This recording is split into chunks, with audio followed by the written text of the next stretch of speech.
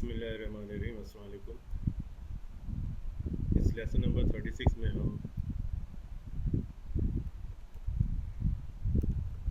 سورہ نصر کی جو ٹرانسلیشن ہے اور اس کی تفصیلات ہیں وہ دیکھتے ہیں.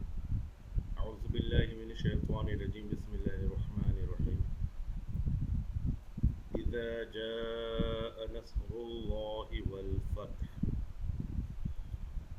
اذا جب when جاء آیا وہ آیا یعنی کہ ماضی کے لیے مذکر کے لیے اذا جاء وہ آیا نصر اللہ نصر مدد نصر اللہ اللہ کی مدد. تو اذا جاء نصر اللہ جب اللہ کی مدد آئی. مدد اردو میں چونکہ ہم مؤنث میں لیتے ہیں اس لیے ترجمہ ہوگا اللہ کی مدد. ویسے یہ ہے آیا جاء وہ آیا. اذا جاء نصر اللہ والفتح اور فتح یعنی کہ جب اللہ کی مدد آئی اور فتح. ورأیت تو نے دیکھا.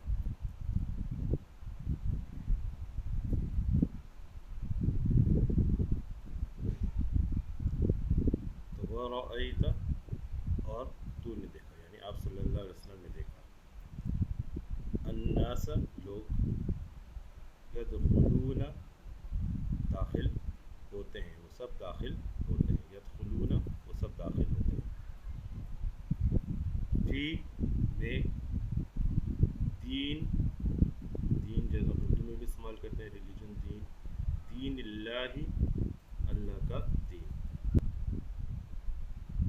فوجہ کے معنی غول کے غول فوج در فوج.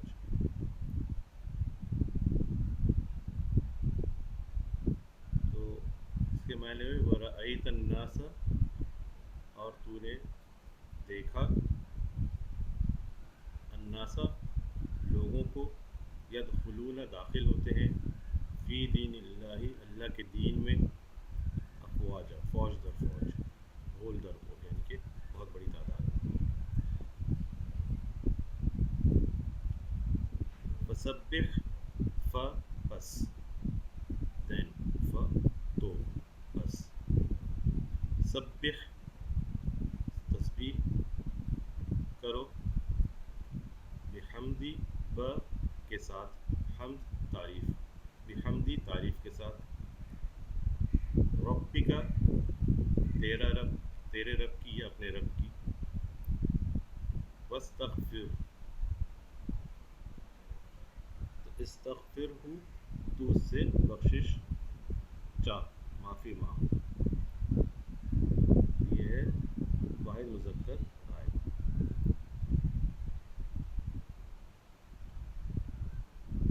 انہو انہ بے شک انہو بے شک وہ کانا توابا. یہاں پہ امپورٹنٹ پوائنٹ ہے دیکھیں تواب کے معنی پھر آنے والا توبہ کرنے والا یعنی تواب جو ہے وہ لغت میں توبہ کرنے والے اور توبہ قبول کرنے والے دونوں کو تواب کہا جاتا ہے. بندہ توبہ کرتا ہے اور اللہ تعالیٰ اس کی توبہ قبول فرماتا ہے اس لیے اس کا استعمال اللہ اور بندہ دونوں کے لیے ہوتا ہے. جب بندے کی صفت میں آئے تو اس کے معنی کثرت سے توبہ کرنے والے بندے کے ہوں گے. چنانچہ جب وہ یک کے بعد دیگر گناہوں کو مسلسل ہر وقت چھوڑتے بالکل تارک ذنوب ہو جاتا ہے تو اسے تواب کہلاتا ہے. جب اللہ تعالیٰ کی صفت میں استعمال ہوتا ہے تو اس کے معنی کثرت سے مسلسل بار بار بندوں کی توبہ قبول فرمانے والوں کے ہیں. امام ابو سلیمان فرماتے ہیں تواب وہ ہے کہ جو اپنے بندوں پر مہربانی فرما کر ان کی توبہ کو قبولیت بخشے کہ جتنی دفعہ توبہ دہرائی جاتی ہے اتنی ہی بار قبولیت کی تکرار ہو. قرآن مجید میں تواب کا لفظ جتنی جگہ آیا ہے اللہ تعالیٰ کی صفت کے لیے آیا ہے.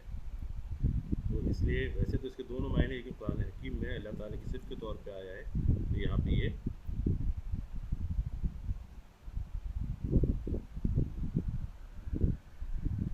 توابہ جو ہے اللہ تعالیٰ کے. انہو انه اللہ تعالیٰ کے لیے بے شک وہ بڑا بے شک وہ توبہ قبول کرنے والا ہے. تو وہ سے مراد اللہ سبحانہ و تعالیٰ ہے. تو انه کان توابا، بے شک اللہ تعالیٰ بہت توبہ قبول فرمانے والے ہیں. فتح سے مراد کسی ایک معرکے میں فتح نہیں، بلکہ وہ فیصلہ کن فتح ہے جس کے بعد ملک میں کوئی طاقت اسلام سے ٹکر لینے کے قابل نہ رہے. یہ امر واضح ہو جائے کہ اب عرب میں اسی دین کو غالب ہو کر رہنا ہے. بعض مفسرین نے اس سے مراد فتح مکہ لی ہے، لیکن فتح مکہ سن 8 ہجری میں ہوئی ہے اور اس سورہ کا نزول سن 10 ہجری کے آخر میں ہوا ہے، جیسا کہ حضرت عبداللہ بن عمر اور سرا بنت نہان کی روایت سے معلوم ہوتا ہے، جو ہم نے دباچے میں نقل کی. علاوہ بری حضرت عبداللہ بن عباس رضی اللہ تعالیٰ عنہ کا یہ قول بھی اس تفسیر کے خلاف پڑتا ہے کہ یہ قرآن مجید کی سب سے آخری سورہ ہے، کیونکہ اگر فتح سے مراد فتح مکہ ہو تو پوری سورہ توبہ اس کے بعد نازل ہوئی تھی، پھر یہ صورت آخری صورت کیسے ہو سکتی ہے؟ بلا شبہ فتح مکہ اس لحاظ سے فیصلہ کن تھی کہ اس نے مشرکین عرب کی ہمتیں پست کر دی تھیں، مگر اس کے بعد بھی ان میں کافی دم خم باقی تھا. طائف اور حنین کے معرکے اس کے بعد ہی پیش آئے اور عرب پر اسلام کا غلبہ مکمل ہونے میں تقریباً 2 سال صرف ہوئے. اور تفسیر مظہری میں ہے کہ فتح سے مراد فتح مکہ ہے. طبرانی رحمۃ اللہ علیہ نے ابو سعید خدری رضی اللہ عنہ سے روایت کیا ہے کہ رسول اللہ صلی اللہ علیہ وسلم نے فتح مکہ کے روز یہ ارشاد فرمایا، یہ وہ فتح ہے جس کا میرے رب نے مجھ سے وعدہ کیا تھا. پھر آپ نے اذا جاء نصر اللہ والفتح کی تلاوت کی. اور تفسیر ابن کثیر میں بھی یہ ہے کہ فتح سے مراد فتح مکہ ہے. تمام قبائل عرب اسی کے منتظر تھے کہ جب یہ اپنی قوم پر غالب آ جائیں اور مکہ کو فتح کر لیں گے تو ان کے نبی ہونے میں ذرا بھی شک و شبہ نہیں رہے گا، تو وہ بھی مسلمان ہو جائیں گے. جب اللہ تعالیٰ کی مدد و نصرت سے نبی کریم صلی اللہ علیہ وآلہ وسلم نے مکہ کو فتح کر لیا تو لوگ گروہ در گروہ اسلام میں داخل ہونے لگے.